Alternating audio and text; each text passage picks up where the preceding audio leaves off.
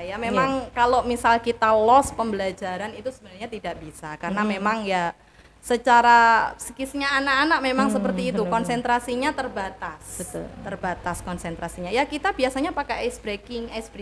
Jadi nanti kalau ketika anak-anak sudah agak buyar konsentrasinya diajar sudah meleot-meleot ke sana kemari, kita kasih tepuk, kita kasih nyanyian. Iya, baru kemudian kita ajak mereka konsentrasi lagi. Kita sampaikan lagi materi.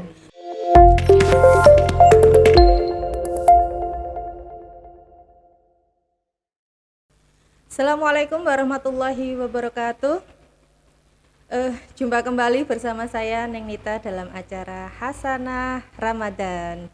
Masih di Media Center PCNU Nganjuk.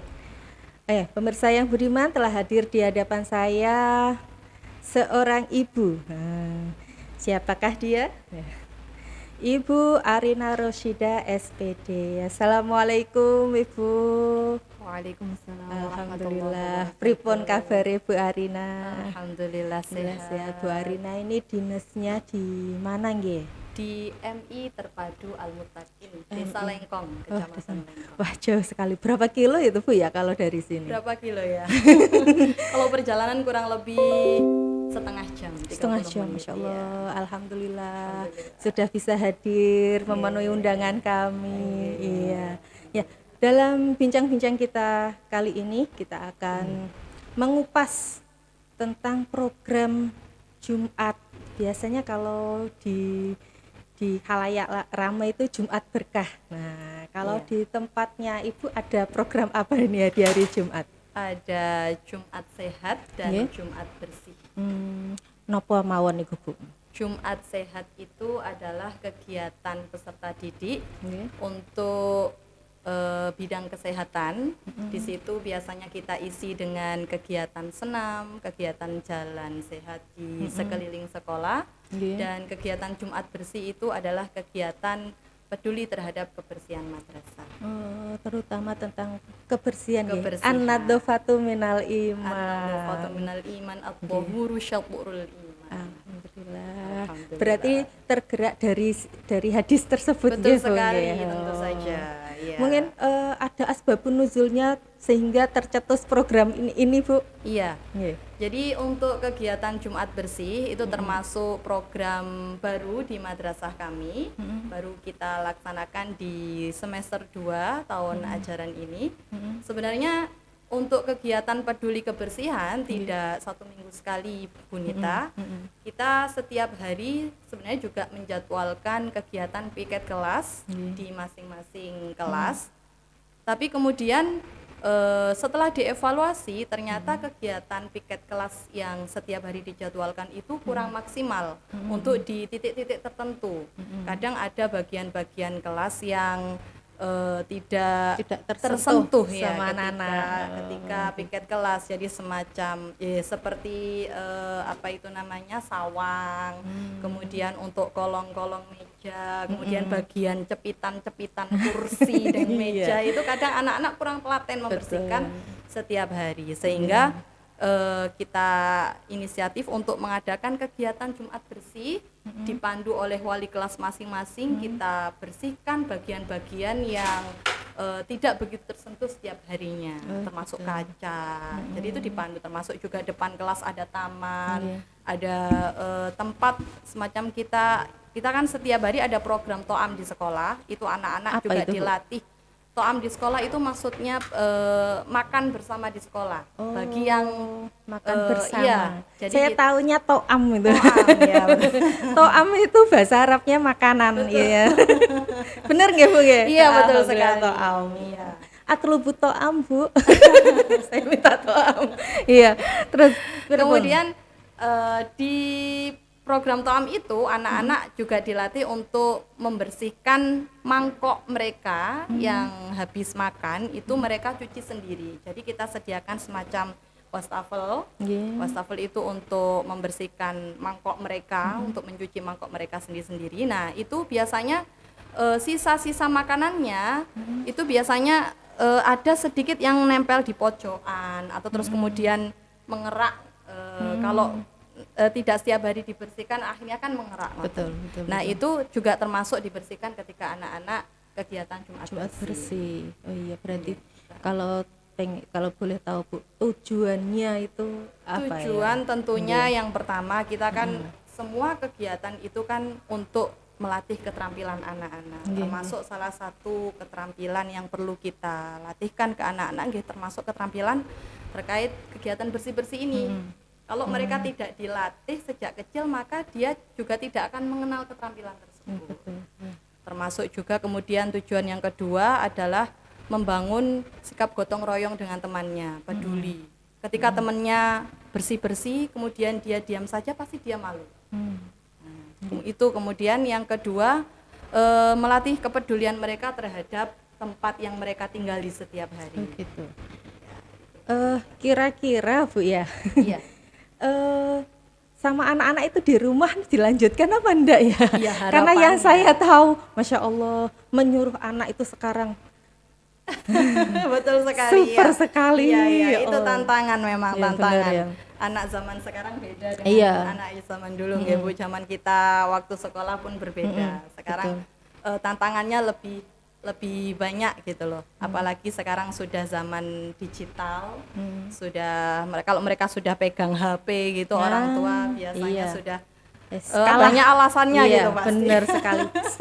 Bentar, nanti dulu. Iya betul. Gitu. Dari selain Jumat bersih, ada program apa lagi Bu? Yang mungkin bisa diterapkan di sekolah lain. Kayak tadi saya ini seperti terinspirasi gitu, pengen copy paste programnya. Siapa tahu ya namanya monggo, kita kan berbagi ilmu. Betul. Ya, ada program apa lagi Bu selain Jumat bersih? Selain Jumat bersih, kita program terbaru ini ada kegiatan Khotmul Juz Amma Bunita. Jadi itu kegiatan baru juga yang kita terapkan di semester 2 di tahun ajaran di tahun 2022-2023 ini. Itu adalah program di mana awalnya adalah karena gini, kita kan di madrasah kita itu di intrakurikulernya kita ada mata pelajaran Juz Amma namanya. Itu ada sebagian surah yang harus dihafalkan oleh anak-anak, tidak semuanya. Jadi ada sebagian surah yang harus dihafalkan anak-anak. Programnya itu untuk mapel Juz Amma itu di masing-masing kelas berbeda. Semakin tinggi kelasnya maka surahnya juga tantangannya semakin sulit. Jadi kelas 1 itu mulai dari surah Al-Fatihah, kemudian lanjut surah An-Nas sampai surah Al-Quraisy. Kemudian lanjut di kelas selanjutnya sampai di kelas 6 itu nanti surah An-Naba, surah yang terakhir.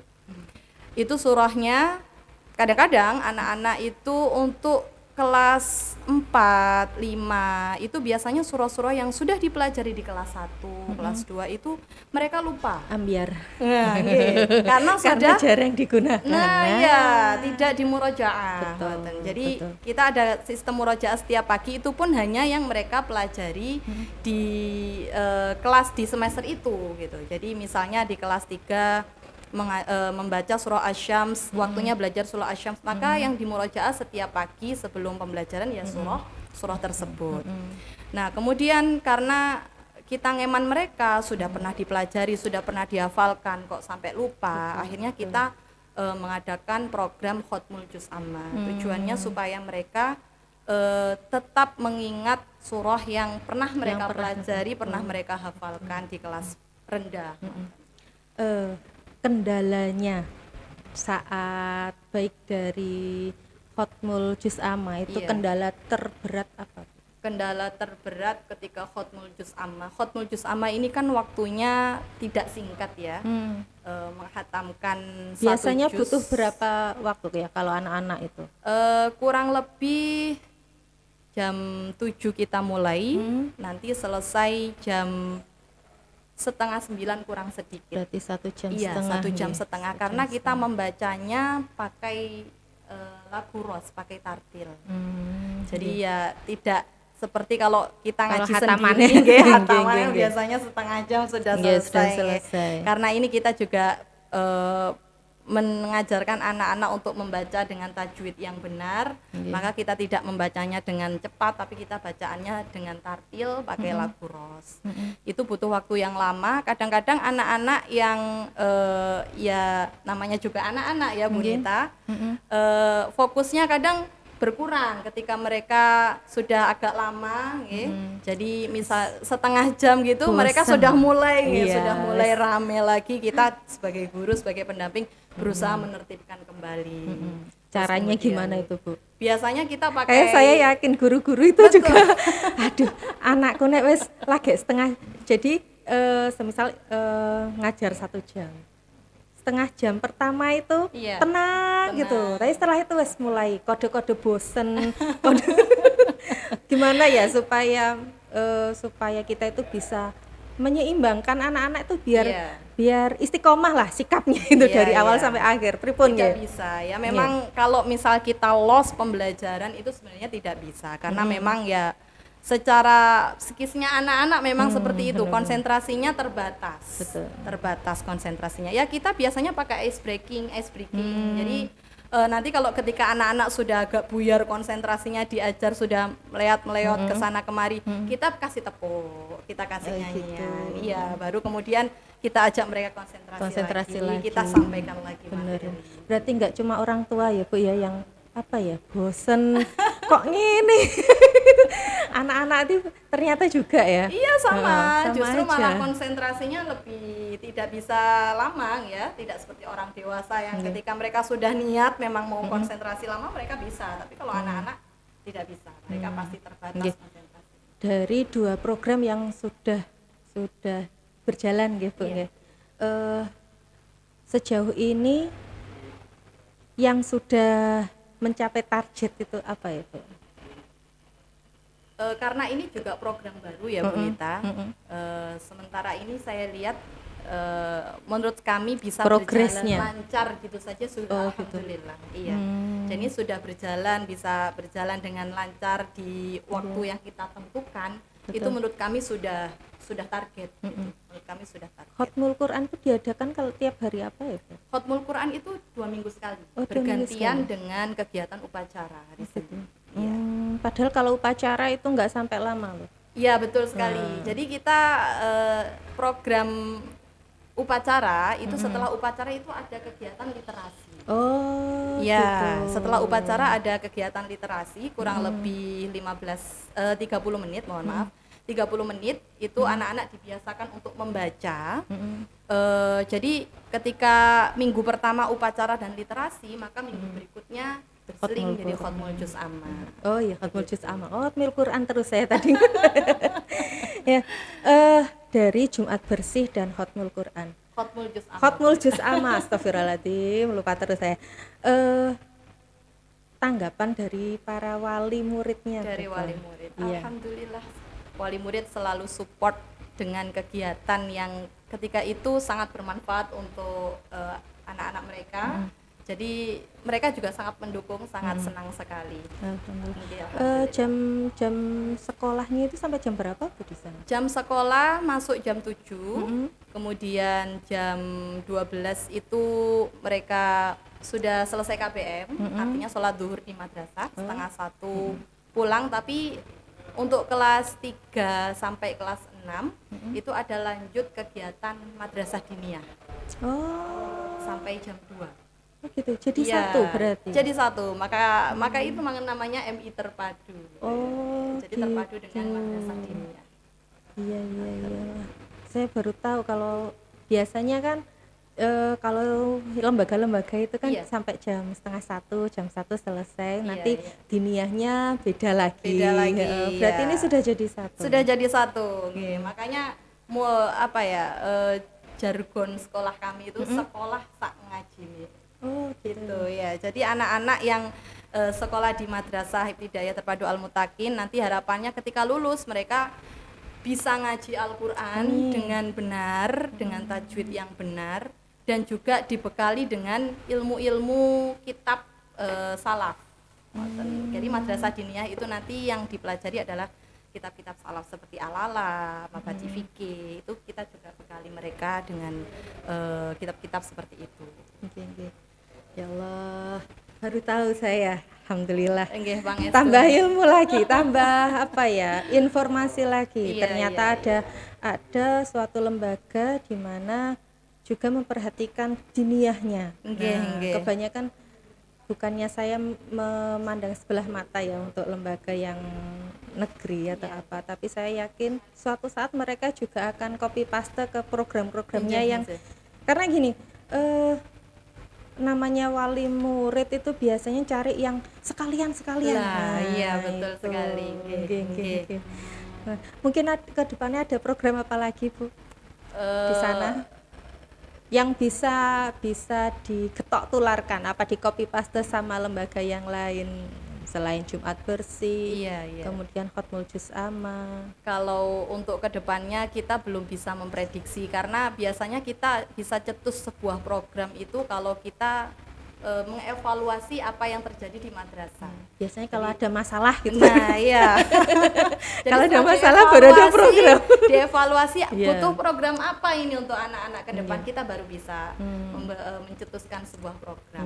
Dalam puasa ini persiapannya seperti apa? Untuk puasa ini kita ada kegiatan Pondok Ramadan ya, untuk kegiatan, kemudian ada zakat, anak-anak juga biasa kita ajarkan untuk wajib membayar zakat. Okay. Jadi kita juga kerjasama dengan Lazisnu di ranting setempat untuk apa itu namanya penyalurannya. Kita kerjasama dengan mereka. Kemudian untuk Pondok Ramadan ini biasanya kita adakan di madrasah, kita menginap di madrasah, tapi karena kemarin juga beberapa tahun ini kita sedang tidak bisa aktif di madrasah karena kondisi, termasuk salah satunya karena COVID itu. Jadi tidak menginap di madrasah, tapi mudah-mudahan mulai tahun ini kita bisa upayakan untuk kembali lagi kegiatan Pondok Ramadan dengan menginap di madrasah. Jadi bisa lebih maksimal memberikan pengajaran kepada mereka. Ya Allah. Oke, terima kasih Bu sama-sama, Arina Rosyida, Bu Nita. Sarjana Pendidikan. Semoga program yang tadi jenengan sampaikan bisa membawa manfaat untuk lembaga yang lain, bisa ditiru. Amin. Saya tertarik ini. Nggih, monggo. Kak Khotmul Juz Amma hari Nggih. Senin biasanya kan kegiatan itu kan diambil di hari yang ini ya, hari yang enggak begitu efeknya kayak Sabtu gitu. Iya. Kalau ini kok hari Senin itu biasanya biar enggak Senin upacara. Jadi sekarang ada selingannya ya, Khotmul Juz Amma. Iya, betul. Oke, terima kasih Bu Arina. Semoga apa yang jenengan sampaikan bisa membawa manfaat bagi semuanya. Amin ya rabbal alamin. Baiklah pemirsa Media Center PCNU Nganjuk, demikian tadi bincang kita bersama Ibu Arina Rosyida, Kepala Sekolah MI Terpadu Al-Muttaqin Lengkong. Semoga bermanfaat bagi jenengan, bisa diambil hikmahnya, bisa diambil sisi positifnya. Billahi taufiq wal hidayah. Assalamualaikum warahmatullahi wabarakatuh.